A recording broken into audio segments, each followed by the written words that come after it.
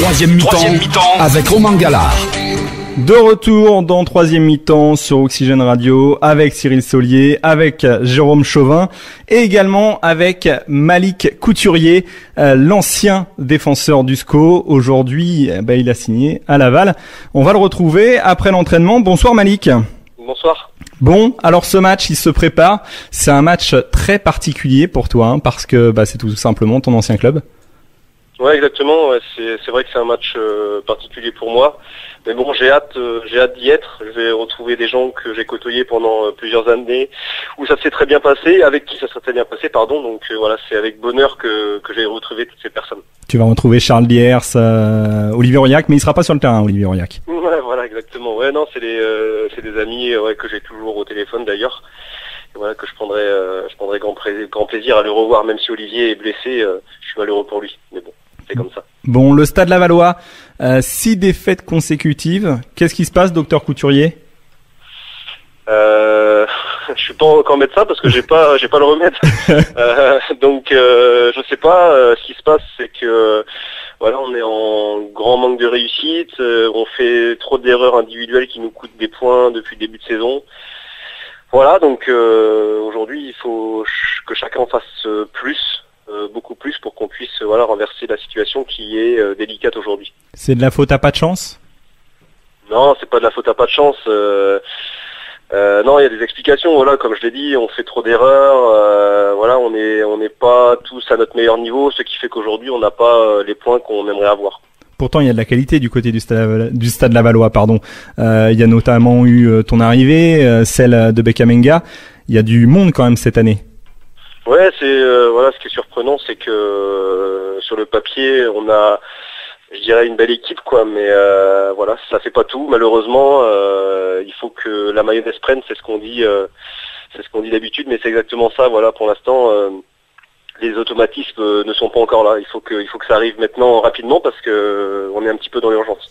On a débattu sur ce match tout à l'heure et les chroniqueurs étaient d'accord pour dire que Laval allait serrer derrière. C'est le cas, c'est-à-dire que Laval va essayer de chercher de prendre un point demain soir contre le SCO. J'ai pas compris que les Lavallois allaient serrer derrière, c'est ça? Ouais, aller défendre oui, et pour prendre un point. D'accord, ils sont pas bons ces journalistes qui sont à côté de vous.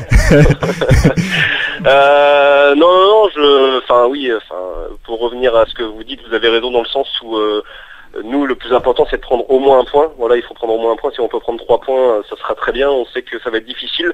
Mais au contraire, je pense que ça va être un match assez ouvert, à mon avis. En tout cas, je l'espère pour les supporters et les spectateurs qui seront au stade. Mais en tout cas, nous, il faut qu'on prenne un point, au moins un point absolument, même si on sait qu'on joue contre un outsider du championnat et ça sera très difficile. La fameuse d'Allangevin que tu as connue l'année dernière, tu en as parlé à tes partenaires? Ouais, j'en ai parlé, ouais. Enfin, je leur ai dit que oui, c'était un concept qui était apparu la saison dernière et je leur ai surtout dit qu'il fallait être présent de la première à la 97 et si le match dure 105 minutes, il faudrait être prêt jusqu'à la 105e minute parce que ils sont capables de marquer à tout moment. Et pour moi, la Darwin, ça représente un petit peu ça, quoi. Être dangereux à toutes les minutes du match. Sur un plan personnel, comment ça se passe pour toi à Laval? L'ancien scoïste, est-ce que l'ancien scoïste se porte bien? Ça va, tout va bien. La famille, se plaît dans la maison. Ma fille est rentrée à l'école, ça se passe très bien. Ce qui se passe pas trop bien, c'est les résultats sportifs pour l'instant. Donc il faut juste essayer de remédier à ce petit souci. Mais autrement, oui, je me plais bien avec toute la famille ici. Il n'y a pas de problème. Ton rôle a changé à Laval. Maintenant, tu es vraiment un patron là-bas. Non. Ouais, je fais partie. Je fais partie des joueurs qui ont plus d'expérience. Voilà, donc je fais partie, de cadre, de guide un petit peu pour les plus jeunes, etc. C'était le rôle que j'avais aussi un petit peu arrangé, mais on était plusieurs à l'avoir, quoi. Donc voilà, mais ça change pas grand-chose pour moi, même si je suis plus dans le même club et c'est plus les mêmes joueurs. Mais voilà. Merci Malik Couturier d'avoir accepté notre invitation sur Oxygène Radio. Je te souhaite un très bon match demain soir et puis ton pronostic. Vous allez débattre la semaine prochaine sur la première défaite du SCO. Donc j'ai déjà le sujet pour vous. ça marche, c'est noté. Bonne soirée, je te remercie Malik. Au revoir. Au revoir. Le football dans la région a son magazine. Troisième mi-temps. Allez, maintenant, on va passer au football amateur. Et puis, bien sûr, on va évoquer ce troisième tour de Coupe de France. L'ES Segré, un 9e en DH, qui se déplace à Machecoul, club de PH, qui n'a pas démarré encore son championnat. 3 divisions d'écart, avantage à l'ES Segré. Cyril? Quand on est hiérarchiquement supérieur, évidemment. Quand on a commencé le championnat, la compétition depuis 3 matchs, évidemment, c'est indéniable. Rien ne remplace la compétition, même si les joueurs adverses vont préparer un choc pour eux. C'est vraiment le S Segré qui est favori. Quand on est hiérarchiquement supérieur, il n'y a aucun doute. Château-Gontier, parce qu'on va également parler de l'actualité de Château-Gontier, très rapidement, qui se déplace à Bourgon, club de D1. Alors, Château-Gontier DH, là, la différence est encore plus grande. A priori, et là je m'adresse au secrétaire adjoint de Châtelet Football Club, club de D2, c'est ça? Tout à fait. Donc, une D1, c'est quand même pas si éloigné. Est-ce qu'ils ont une chance? Est-ce que le club de D1 a une chance de titiller le club de DH ou vraiment aucune? Sur un match de coupe, tout est jouable parce que c'est justement sur un seul match. Bon, maintenant on est quand même au 3e tour, donc plus ça va aller, moins il va y avoir de surprises. Donc non, je vois quand même nettement en favori Château-Gontier. Et puis je pense qu'ils ont aussi eux-mêmes, au-delà de la coupe, envie de se reprendre parce que le début de championnat est quand même timoré. Le 3e tour de Châtelet Football Club, club de D2, contre Châteaubriand, c'est ça? Oui, l'amicale laïque de Châteaubriand. Ok, c'est quel niveau? Eh bien justement, c'est eux les favoris. Ils sont en PH. Ils ont fini 3e la saison passée. Là, pour l'instant, ils sont invaincus depuis le début de saison, matchs amicaux et les 2 premiers tours de coupe confondus. Non, nous, on a affaire à une belle équipe de PH. Donc pour nous, ça va être compliqué quand même. Maintenant, bon, encore une fois, sur un match, on a quelques jours d'expérience. On n'y va pas perdant. Pas perdant, donc ça veut dire que Châtelet a quand même de l'ambition dans cette Coupe de France, parce que vous arrivez quand même au 3e tour, ce qui est déjà pas mal. Oui, de toute façon, quand on est amateur et puis qu'on joue au niveau départemental, je pense que l'objectif c'est les maillots, revêtir au 4e tour les maillots de la Coupe de France. D'ailleurs, ils sont fort beaux. Ils sont magnifiques cette année, donc tout le monde a envie de les revêtir. Donc pour nous, dimanche, c'est notre finale, de Coupe de France. Il faut qu'on le gagne pour avoir cette petite récompense. On va revenir maintenant sur une histoire insolite, inédite, du jamais vu dans l'histoire de Dame Coupe. Un marrant petit club de Détroit va jouer la prolongation contre Febrouvron D1 pour le compte du 2e tour. Vendredi soir à Riaillé en Loire-Atlantique. Alors je reviens sur les faits rapidement, même si à mon avis vous l'avez entendu à droite à gauche. Maran et Febrouvron étaient à 0-0 dimanche dernier au bout de 90 minutes de jeu. Monsieur l'arbitre refuse de faire jouer la prolongation, prétextant qu'au 2e tour de la Coupe de France, pas de prolongation. Messieurs, il passe donc directement à la séance des tirs au but. Febrouvron se qualifie. Oui, mais ça, c'était avant que de nouveau jouer la prolongation. D'accord avec cette décision, Cyril? Bon, non, c'est inadmissible déjà cette erreur d'arbitrage parce que ils sont représentants du règlement, donc ils doivent le connaître sur le bout des doigts sans hésitation. Ça, c'est la première grosse erreur. Et la deuxième grosse erreur également, c'est de refaire jouer 30 minutes un vendredi soir juste avant le tour suivant. Je trouve ça complètement idiot et anti-sportif.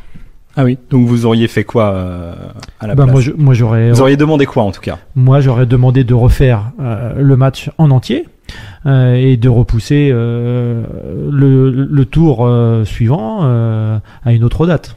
Il fallait que ce match ait lieu de la 0 à la 90e minute comme un autre match. C'était un autre match. D'accord avec ça, Jérôme? Alors d'accord avec la grosse erreur de l'arbitrage, on va dire ça en fait une de plus. Donc c'est quand même rocambolesque cette histoire, c'est incroyable. Moi j'en reviens pas. Après sur le fait effectivement de rejouer ce match, que la prolongation, effectivement, on peut se poser la question pourquoi. Il y a eu une réserve de posée, donc on pourrait estimer que le match était rejoué entièrement. c'est pas simple un vendredi soir à 20h. Des joueurs travaillent. D'ailleurs, apparemment, ça sera pas les mêmes équipes qui vont disputer uniquement ces deux fois 15 minutes. Donc, ça fait vraiment un match complètement différent. Comment aborder un match comme ça, c'est même pas simple d'ailleurs. Et puis après, sur le fait de le rejouer un peu plus tard. Là, apparemment, je peux comprendre la décision de la Ligue. Les calendriers étant tellement surchargés, ça aurait voulu dire forcément déplacer les matchs de championnat. Donc après, quand est-ce qu'on les récupère? C'est pas simple, mais cette grosse erreur a quand même de lourdes conséquences. À qui profite entre guillemets le crime, dans le sens où est-ce que finalement Maran a une deuxième chance de passer, ou est-ce que Fait-Bouvron au contraire, qui n'a pas très bien joué pour avoir été au match dimanche dernier, est-ce qu'ils vont mettre une tôle tout simplement à Maran pendant 30 minutes? Maran va pas voir le jour. Cyril, le crime va profiter à celui qui va passer. Mais justement, qui jouer 2 fois un quart d'heure, mais c'est ahurissant. Enfin, tout footballeur qui a disputé un match de foot, c'est bien que ça passe vite, et c'est incroyable de pouvoir se mettre dans la position d'un joueur qui va faire une compétition officielle sur 2 fois un quart d'heure. Donc n'importe quoi peut se passer. N'importe qui peut marquer et gagner ce match-là. Les Marençais vont être frais, c'est ça l'avantage. Jouer 30 minutes, c'est entre guillemets facile, non, Jérôme? Bah oui, ils vont être frais. Puis j'ai cru aussi comprendre qu'ils avaient eu des joueurs absents le week-end dernier. Donc, pour cause de mariage. Voilà, donc ils récupèrent. Donc c'est pas du tout la même équipe. Vraiment, Maran a toutes leurs chances. Même si j'ai quand même bien l'impression, vu le faible temps de jeu de ce match, qu'il va y avoir une deuxième séance de penalty. On va écouter d'ailleurs la réaction de Sylvain Pelletier au micro de Coralie Juré. Alors comment déjà a-t-il vécu finalement ce match de dimanche dernier?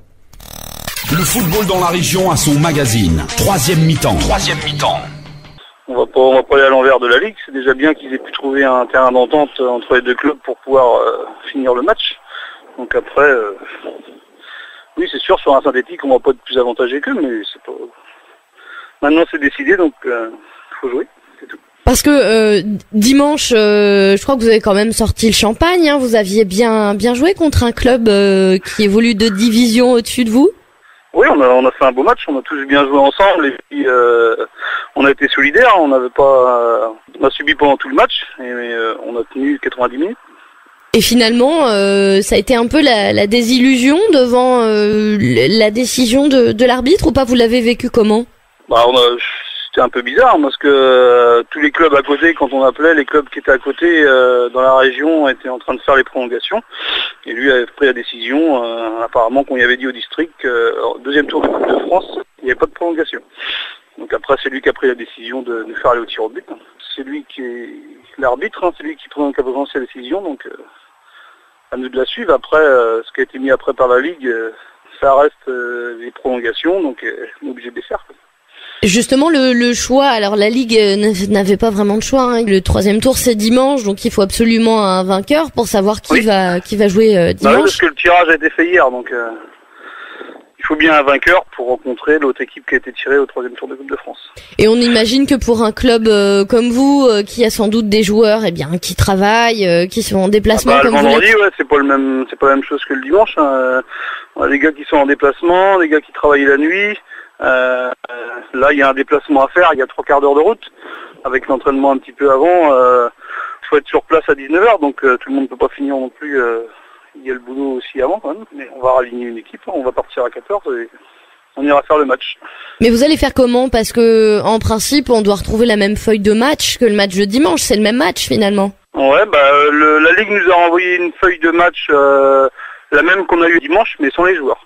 Donc de toute façon, on ne pourra pas raligner nos 14 joueurs de dimanche, ça c'est sûr. Et vous pensez que vous allez avoir le droit d'aligner des joueurs qui n'ont pas joué dimanche du coup? On est une équipe première, on n'a pas de joueurs qui sont au-dessus du niveau 3e div.